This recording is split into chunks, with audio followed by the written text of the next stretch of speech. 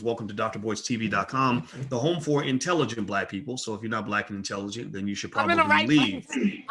We believe in freedom of speech here, and we allow for any and all conversations. And so as you come into the chat, put your hashtag B1 up. Hashtag B1 is the calling card that we put Black people first, and we look for truthful Black people. We look for solutions, and these solutions may lie in places we don't expect. So today, I get the honor and privilege of welcoming Miss Angela Stanton King. Now, Angela, I saw Angela the first time. I think it might have been on The Breakfast Club, and she did a great job there.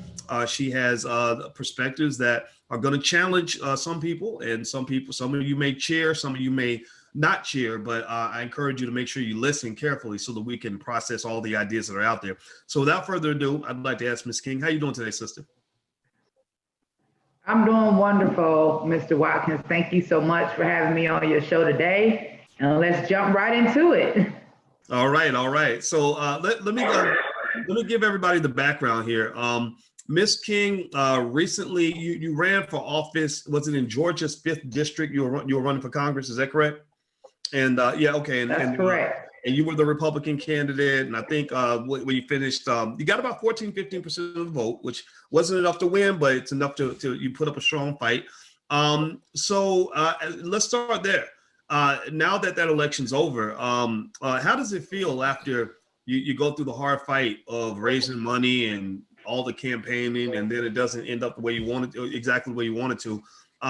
How do you heal from that? I mean, what does that feel like emotionally and otherwise? I mean, it's not, I don't look at it as like it was a bad thing. I look at it as like a great thing. I mean, I was faced with a lot of bias. I mean, just in the city of Atlanta alone, because we know the city has been Democrat for over 140 years. So it definitely was not fair to me in regards to news outlets, radio outlets, television shows, blogs, stuff like that. They're pretty clicked up in this area. Not only that, I had a opponent that absolutely refused to debate me. So of course, she didn't want to lose the opportunity. Well, she didn't want to take the chance of losing votes by being challenged on. Before I go further, I just wanted to say, this is my very first time being introduced to Angela Stanton King. My very first time. Some of my supporters sent me her way. They said she was on Breakfast Club. I didn't want to do that interview because I've never done a Breakfast Club video, and I'm not sure, what the copyright situation would be over there. So I found something that was more laid back, less commercial, although Breakfast Club is not commercial, but I plan on watching that one too. I haven't yet, but I wanted to start here if that's cool. All right. Let's go. On some of her ideologies and some of her plans that she had for the county. In addition to that, now reports are coming out that there was a water main break in Fulton County in the only room that holds the ballots. And so now the governor has ordered a recount. So outside of all of those challenges, I mean, if you think about just the city of Atlanta alone, and you look at my story, someone who wasn't born with a silver spoon in their mouth, someone who came from the hood and overcome many challenges. And I mean, it was a tough fight, but I had over 51,000 people just in the city come out and vote for me. So I could never look at that as a loss. I look at that as, definitely a gain. I've gained the support of over 51,000 people in this city here alone. And if those 51,000 people tell someone else about who I am or my message, then that's 102,000 people. And I think that the best form of advertisement today is still word of mouth. So I think that what's happening in our current state, especially in our county with several computer glitches being reported, I think that once they do the recount, then I may have more numbers than we originally anticipated. I knew that I was in an uphill battle, but it was okay. I wasn't gonna be scared to run. I wasn't gonna be afraid to show Black people that it's okay to be Republican, that we can still work together, and that, yes, I can have Republican beliefs and still stand for and fight for the Black community. So for me, I like that she can have conservative views and still stand for and fight for African Americans. The fact that she even have to give that disclaimer sucks. It's horrible. It's absolutely horrible. Shouldn't you consider the fact that she is a Black woman and that she's from the same area where a lot of Black people are from, and just understand that what she's doing is readying her mind so that she can be able to do whatever she possibly can to help her people. That should already be understood. But unfortunately, you know what I mean, if you're not a part of that whole group think, then people will go against you.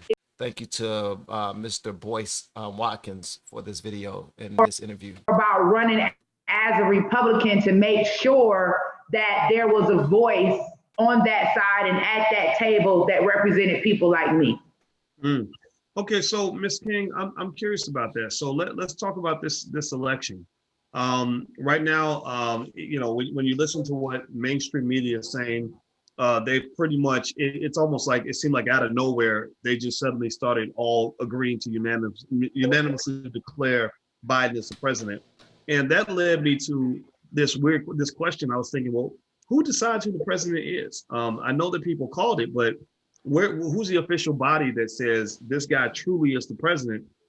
Do you think that this was kind of people just, you know, media coming together and saying, okay, this is what we're all going to have the same. You know, it's so sad and unfortunate because as I'm watching this play out, I'm seeing not only the media being biased as it always has, but the media putting this and pitching this as Black women did this, Black women did this, Black women are the backbone, Black women came together and pushed this party forward. And it's like, you know, when the real election results come out, you know, and if it doesn't turn in their favor, then it's going to seem as if Black women have been robbed of something.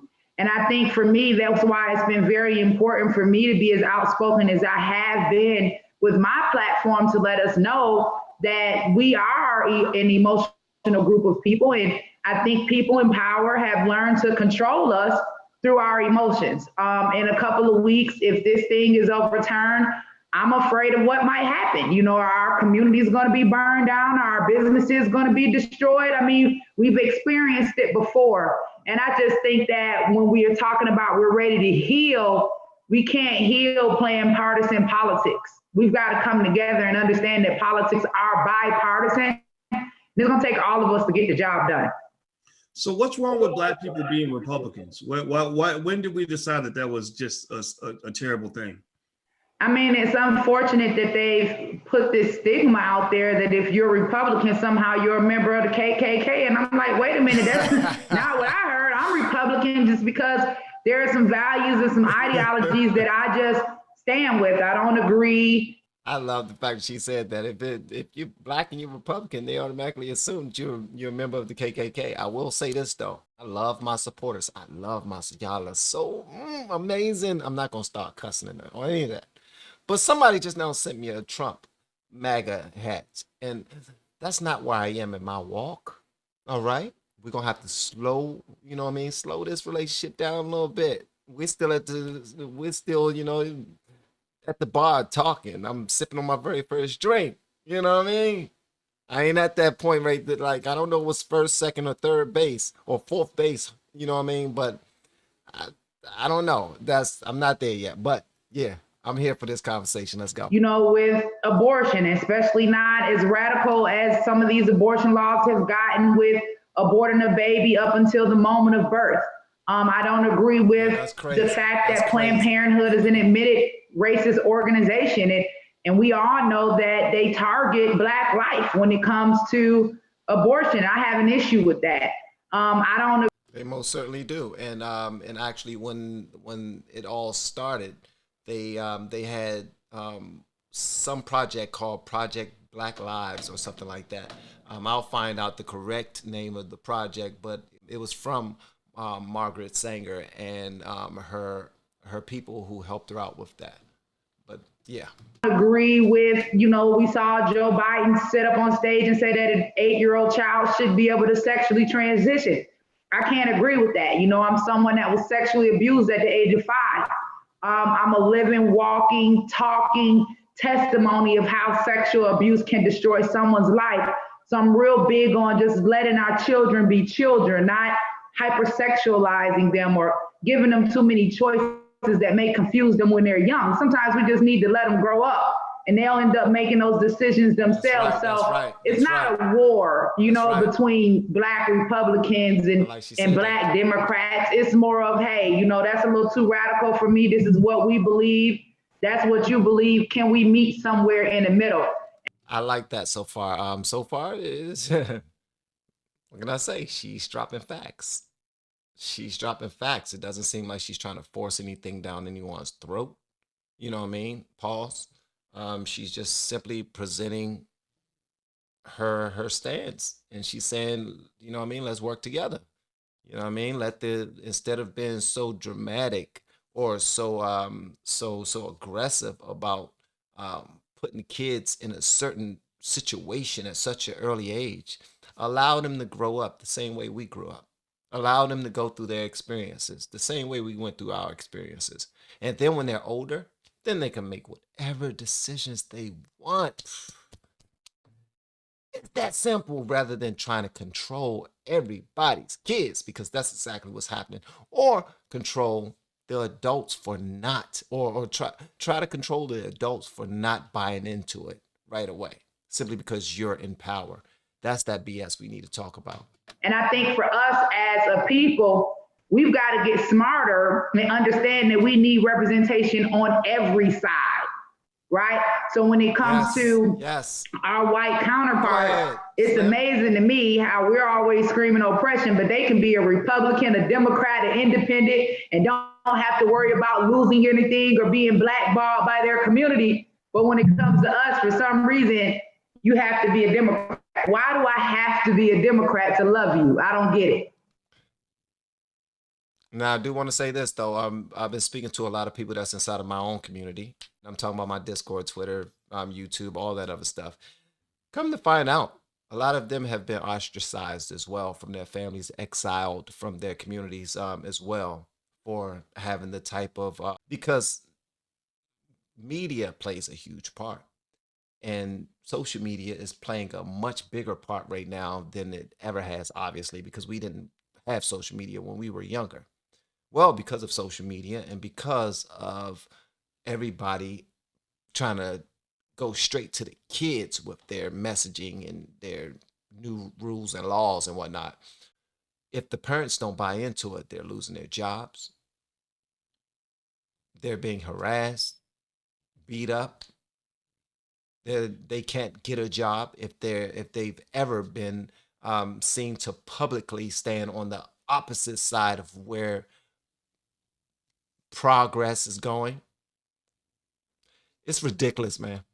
Oh, why do you have to be a Democrat to be accepted? I just can't agree with some of the policies that I believe have just gone too far away from what we know to be what's right and basic common sense. Okay, interesting. Well, you know what? Everybody who just came in, I'm speaking with Miss Angela Stanton King. Angela just ran for Congress down in Georgia's 5th district. She's also an outspoken, she happens to be a Republican, but she's an outspoken Black woman and has a lot to say. And I definitely wanted to hear her ideas. So if you could. Hold on. I am going to go further into this and hear the rest of it, but I just wanted to drop it off right there to you. Your thoughts on what it's like to be a Republican, conservative, to have what type of things do you face in your own communities? Please let me know whatever you want me to know in the comments below. And if you have yet to hit that subscribe button, please make sure you do so on your way out the door. When you get a chance, go back and check out Mr. Boyce Watkins' channel. And I want to give a thanks to Angela as well. I'll see y'all in the next video. Love y'all.